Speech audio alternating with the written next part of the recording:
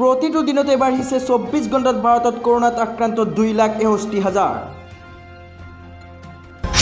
2,61,500 লোকৰ দেশত যোৱা 24 ঘণ্টাত ধৰা পৰিছে কৰোনাৰ উপস্থিতি। ইয়াৰ বিপৰীতে এই সময়খিনি 1,38,423 গৰাকী লোক কৰোনামুক্ত হৈ ঘৰলৈ উভতিছে। কেন্দ্ৰীয় স্বাস্থ্য আৰু পৰিয়াল কল্যাণ মন্ত্ৰালয়ে সদৰি কৰিছে এই তথ্য। উল্লেখযোগ্য যে ভাৰতত এতিয়ালৈকে 12,26 লাখ লোকক প্ৰদান কৰা হৈছে কৰোনাৰ ভেকচিন। হত্যাৰ সন্দেহ ধেমাজি তুলসীবাৰীত একে পৰিয়ালৰে 3টা ঘৰ দিলে জ্বলাই। ধেমাজি সদৰ আৰক্ষী থানাৰ প্ৰায় 3 কিলোমিটাৰ নিলগৰ ধেমাজি তুলসীবাৰীজান গাঁৱত এজনক হত্যা কৰা বুলি সন্দেহত উত্তেজিত হৈ এটা পৰিয়ালৰ 3টা ঘৰ সম্পূৰ্ণভাৱে জ্বলাই ভস্মীভূত কৰি কেইবাজনকো মাৰপিট কৰাৰ লগতে ঘটনাস্থলীত উপস্থিত থকা কেইবাজনো পুলিচ CRPFৰ জোৱানক শিল মাৰি আহত ঘটনাই শনিবাৰে ধেমাজিত ব্যাপক চাঞ্চল্যকৰ সৃষ্টি কৰিছে। আৰু এটা ব্ৰেকিং নিউজ, 2 মাহৰ পিছতে মেট্ৰিক অনুষ্ঠিত কৰাক লৈ সিদ্ধান্ত ল'ব নতুন চৰকাৰে। কৰোনা কালত মেট্ৰিক অনুষ্ঠিত কৰাক লৈ সেৱালৈ মন্ত্ৰী হিমন্ত বিশ্ব শৰ্মাৰ পৰামৰ্শ। সেৱাক শিক্ষক আৰু অভিভাৱকৰ লগত আলোচনা কৰিবলৈ আহ্বান। আলোচনাৰ অন্তত নতুন চৰকাৰক প্ৰতিবেদন দাখিলৰ পৰামৰ্শ। কৰোনাক লৈ চিন্তিত প্ৰধানমন্ত্ৰী নৰেন্দ্ৰ মোদী। মুখ্যমন্ত্ৰী ৰাজ্যপালৰ সৈতে বৈঠকত বহাৰ পাছতো দেওবাৰে পুনৰ দেশৰ বিভিন্ন হাস্পতালৰ কৰ্তৃপক্ষৰ সৈতে যাৱতীয় সা সুবিধাৰ সন্দৰ্ভত বুজ লয়। জনতাক শংকিত নহৈ এই মহামাৰীৰ সময়ত ধৈৰ্যৰ পৰিস্থিতিৰ সৈতে সন্মুখীন হোৱাৰ আশা পোষকতা কৰে প্ৰধানমন্ত্ৰীগৰাকীয়ে। কোকৰাঝাৰ ভয়ানক হাৰত বৃদ্ধি পাইছে কৰোনা আক্ৰান্তৰ সংখ্যা। কোকৰাঝাৰত পুনৰাই আজি 15জনকৈ লোক কৰোনাত আক্ৰান্ত হোৱাত জিলাখনৰ অৱস্থা ক্ৰমান্বয়ে শোচনীয় অৱস্থাৰ ফালে গতি কৰিছে। জিলা প্ৰশাসনে মাইক যোগে জনসাধাৰণক কৰোনা নীতি নিয়মসমূহ পালন কৰিবলৈ আহ্বান জনোৱাৰ লগতে মাস্ক পিন্ধা বাধ্যতামূলক কৰিছে। মাস্ক পৰিধান নকৰিলে নিয়মা অনুসৰি ফাইন কটা হ'ব বুলি ঘোষণা কৰিছে জিলা প্ৰশাসনে। দৰঙত দিনক দিনে বৃদ্ধি পাইছে কোভিড আক্ৰান্তৰ সংখ্যা।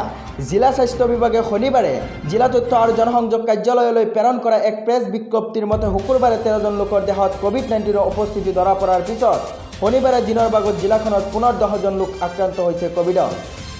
দিল্লীত শনিবাৰে 24,375 গৰাকী লোকৰ দেহত ধৰা পৰিছে কৰোনা। 167 গৰাকী লোকৰ মৃত্যু। অন্ধ্ৰপ্ৰদেশত শনিবাৰে 7,224 গৰাকী লোকৰ দেহত ধৰা পৰিছে কৰোনা। 15 গৰাকী লোকৰ মৃত্যু।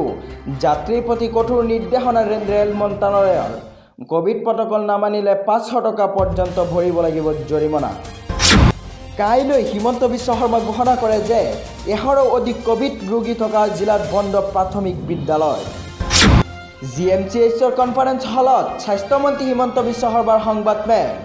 কোভিড-19 পৰিস্থিতি সন্দৰ্ভত এই সংবাদমেল সম্বোধন কৰি স্বাস্থ্যমন্ত্ৰীগৰাকীয়ে কয় যে কোভিড পৰিৱেশ পূৰ্বতকৈ জটিল হৈছে। বৰ্তমানলৈ 4,069 জন কোভিড ৰোগী আছে। গধূলিলৈ পৰিৱেশ কিছু সলনি হ'ব। 20 মাৰ্চৰ পৰা আজিলৈকে কোভিড পৰিৱেশ সলনি হৈছে। 20 মাৰ্চৰ পৰা 26 মাৰ্চলৈ কোভিডৰ এভাৰেজ কেছ আছিল 36টা প্ৰতিদিনে।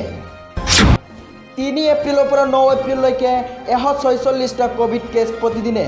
যিখন জিলাতে 100টা পজিটিভ কেছ আছে তাত এলিমেণ্টাৰী স্কুলসমূহ বন্ধ হ'ব, অৰ্থাৎ 5ম শ্ৰেণীলৈকে পাঠদান নহয়।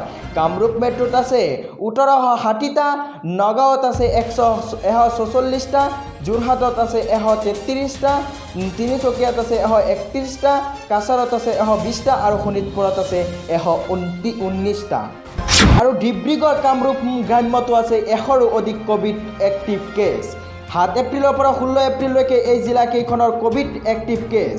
শিক্ষা বিভাগে সকলো দায়িত্ব দিছে জিলা উপায়ুক্ত। নিজৰ জিলাত 100তকৈ বেছি কোভিড কেছ এক্টিভ হ'লে প্ৰাথমিক বিদ্যালয় বন্ধ হ'ব। 18 এপ্ৰিলৰ পৰা এয়া প্ৰযোজ্য হ'ব। যোৱা সপ্তাহত এভাৰেজ 58,815টা কোভিড টেষ্ট কৰা হৈছে। দিল্লীৰ পৰিস্থিতি ক্ৰমাৎ উদ্বেগজনক, নাটনি হৈছে অক্সিজেনৰ। দিল্লীৰ মুখ্যমন্ত্ৰী অৰবিন্দ কেজৰিৱালে ৰাজ্যখনৰ কৰোনাকালীন পৰিস্থিতি সন্দৰ্ভত অনলাইন যোগে এখন সংবাদমেল সম্বোধন কৰে। সংবাদমেলত তেওঁ কয় যে ৰাজ্যখনত কৰোনাকালীন পৰিস্থিতি অতি গুৰুতৰ আৰু উদ্বেগজনক হৈ পৰিছে। ইতিমধ্যে বহু চিকিৎসালয়ত অক্সিজেন, ৰেমডেছিভিৰ ইনজেকশ্যন আৰু টচিলিজুমাব ঔষধৰ ক্ৰমাৎ নাটনি হৈছে। অনলাইন যোগে সম্বোধন কৰা মুখ্যমন্ত্ৰীগৰাকীয়ে কয় যে বিগত 24 ঘণ্টাত ৰাজ্যখনত নতুনকৈ সৰ্বাধিক 24,000 লোক কৰোনাত আক্ৰান্ত হয়।